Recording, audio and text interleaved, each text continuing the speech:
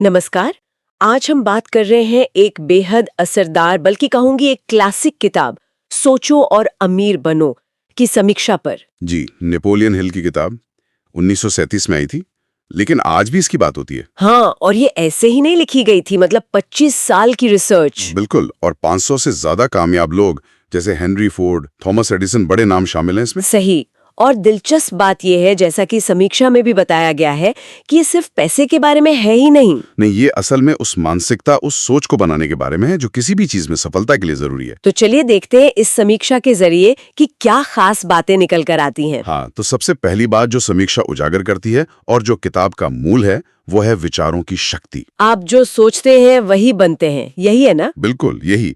और हिल ने इसके लिए वो 13 सिद्धांत दिए हैं। समीक्षा कहती है ये बहुत अहम है। हाँ, जैसे वो इच्छा, तीव्र इच्छा, फिर विश्वास। जी, और आत्म सुझाव, विशेष ज्ञान, और वो हार ना मानने वाली जिद, मतलब दृढ़ता। समीक्षा का मानना है कि ये सिद्धांत सही में जीवन बदल सकते हैं। हाँ, अगर उन पर अमल किया जाए। जानना काफी नहीं है। अच्छा, समीक्षा से कुछ और मुख्य बातें जो सामने आई, एक तो वो उद्देश्य की निश्चितता, मतलब लक्ष्य एकदम साफ हो। हाँ, वो पहला कदम है।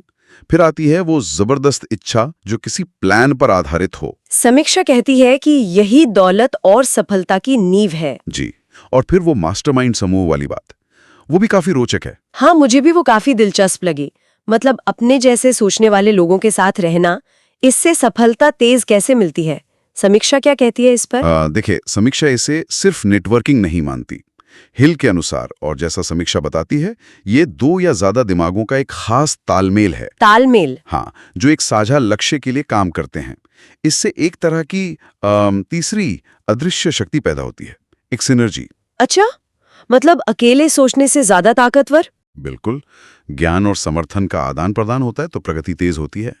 इसी तरह वो आत्म सुझाव। हाँ, ऑटो सजेशन। जी, समीक्षा इसे सिर्फ पॉजिटिव थिंकिंग नहीं मानती। ये अपने अवचेतन मन को प्रोग्राम करने की एक तकनीक है। अच्छा। बार बार दोहराकर खास लक्ष्यों के लिए। हाँ, बिल्कुल। तो ये सिर्फ अच्छा सोचो से कहीं ज्यादा गहरा है। और समीक्षा में ये भी जिक्र है ना कि किताब में असल जिंदगी की कहानियों का इस्तेमाल हुआ है। जी हाँ, समीक्षा इस बात को मानती है कि हिल ने अपने सिद्धांतों को समझाने के लिए बहुत सारे सफल लोगों के उदाहरण दिए हैं। इससे किताब ज्यादा भरोसेमंद और पढ़ने में दिलचस्प लगती है। लेकिन समीक्षा सिर्फ तारीफ ही नहीं करती है ना, कुछ कमजोरियां भी बताई हैं। हाँ, बिल्कुल। देखिए, किताब लगभग 90 साल पुरानी है, तो समीक्षा ये मानती है कि भाषा थोड़ी पुरानी लग सकती है। और शायद कुछ बातें दोहराई हुई सी लगती हैं। हाँ, कुछ कॉन्सेप्ट्स में दोहराव महसूस हो सकता है, पर समीक्षा कहती है कि जो मूल संदेश है वो आज भी उतना ही प्रासंगिक है। यहीं पर वो सवाल आता है जो शायद समीक्षा भी उठा रही है कि आज की इतनी तेज भागती दुनिया में ये सिद्धांत कितने कारगर है। सही सवाल है। डिजिटल युग है, सब कुछ बदल रहा है। तो कुल मिलाकर अगर देखें तो ये समीक्षा सोचो और अमीर बनो को एक बहुत ही मोटिवेटिंग और प्रैक्टिकल गाइड मानती है। जी, जिसमें लक्ष्य तय करने और उन्हें पाने के लिए ठोस कदम है। और जैसा हमने शुरू में कहा था, ये सिर्फ पैसा कमाने के बारे में नहीं है, ये किसी की भी पूरी क्षमता को जगाने के बारे में। सही कहा। समीक्षा का निष्कर्ष यही है कि अगर ईमानदारी से अमल किया जाए तो ये सबक आपकी सोच और आपकी जिंदगी दोनों बदल सकते हैं। पर अमल करना जरूरी है, सिर्फ पढ़ लेना काफी नहीं। बिल्कुल, जानना और करना, इसमें फर्क है।